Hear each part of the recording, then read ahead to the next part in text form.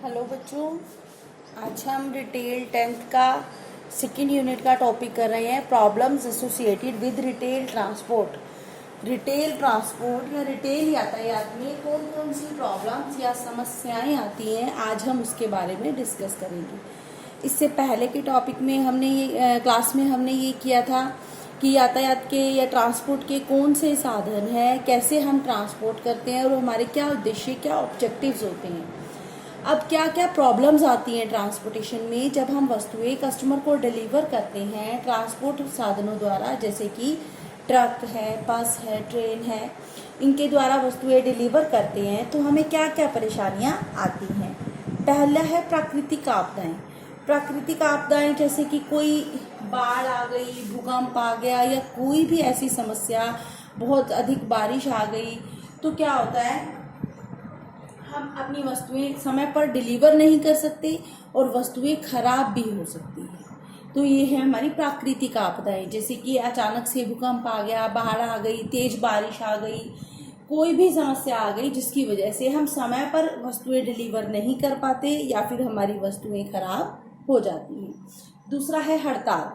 हड़ताल में क्या है, अगर हमारे कर्मचारी हड़ताल कर लेते हैं, अगर हमारे कर्मचारी क्या करते हैं कि काम करना बंद कर देते हैं, अपनी मांगे पूरी करने को लेकर हड़ताल कर देते हैं, तो भी हमारे काम में रुकावट आएगी, हम समय पर यातायात नहीं कर पाएंगे, समय पर कस्टमर को वस्तुएं नहीं भेज पाएंगे। नेक्स्ट है सुरक्षा। हमारे रिटेल यातायात में सुरक्षा एक बहुत बड़ा पहलू है। कई बार क्या होता है कि जब हम वस्तुएं भेजते हैं, रास्ते में बारिश आ गई तो क्या होगा, वस्तुएं भीग जाएंगी, खराब हो जाएंगी, या फिर क्या होता है रास्ते में ही वस्तुएं झटके से या किसी भी वजह से टूट फूट हो जाती है, वस्तुएं खराब हो जाती हैं, जिससे कि वस्तुएं सुरक्षित नहीं रहती। तो हमें सुरक्षा का भी ध्यान रखना होता है। नेक्स्ट है भाषा। अब क्या है कि अगर हमें वस्तुएं एक राज्य से दूसरे राज्य में, एक स्टेट से दूसरे स्टेट या एक कंट्री से दूसरे देश में, दूसरी कंट्री में भेजना हो तो क्या होता है कि अब जैसे हमने इंडिया से किसी और कंट्री में वस्तुएं भेजनी है तो भाषा अलग होती है, तो जिसकी वजह से क्या होता है कि आपसी बातचीत में या सारे कामकाज में परेशानी आती है। उन्हें हमारी भाषा नहीं आती होगी और हमें उनकी भाषा समझना मुश्किल होगा, तो भाषा भी एक समस्या पैदा करती है। नेक्स्ट है सप्लाई चेन को बनाए रखना।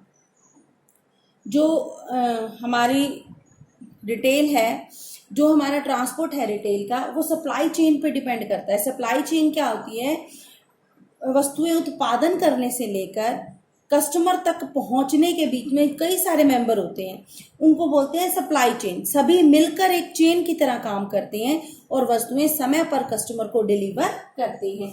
तो हमें सप्लाई चेन को सही तरीके से बनाए रखना होता है। अगर सप्लाई चेन का एक भी मेंबर सही प्रकार से काम नहीं करेगा तो वस्तुएं टाइम पर डिलीवर नहीं हो पाएंगी, ट्रांसपोर्ट में दिक्कत आएगी। नेक्स्ट है चोरी। ट्रांसपोर्ट में, यातायात में बहुत बार वस्तुएं चोरी हो जाती हैं, जैसे कि आपने सुना होगा, देखा होगा कि लोडेड ट्रक, जिसमें ट्रक ऐसे होते हैं जिसमें लोड किया होता है, सामान होता है, तो लोग उसमें से, अगर ट्रक कहीं रुका है तो उसमें से चोरी कर लेते हैं लोग। तो चोरी भी एक बहुत बड़ी समस्या होती है जिसकी वजह से रिटेलर को नुकसान उठाना पड़ता है। नेक्स्ट है कानूनी कामकाज। जो भी ट्रांसपोर्ट कंपनीज होती हैं उनको एक राज्य से दूसरे राज्य में या वैसे भी काम करने के लिए बहुत प्रकार की सरकार से परमिशन लेनी पड़ती है, बहुत से कानूनी काम पूरे करने पड़ते हैं जो कि बहुत मुश्किल पैदा करते हैं। तो ये कानूनी कामकाज पूरे करना, परमिशन लेना, इसमें भी बहुत परेशानी का सामना करना पड़ता है। नेक्स्ट है लागत। बहुत बार क्या होता है, जब वस्तुएं कम होती हैं, थोड़ी वस्तुएं होती हैं और दूर तक हमें डिलीवर करनी होती हैं, जिसकी वजह से लागत बढ़ जाती है।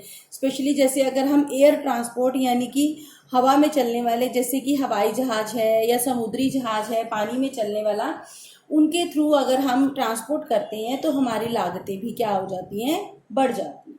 तो ये थे हमारे यातायात में आने वाली परेशानियाँ। Thank you.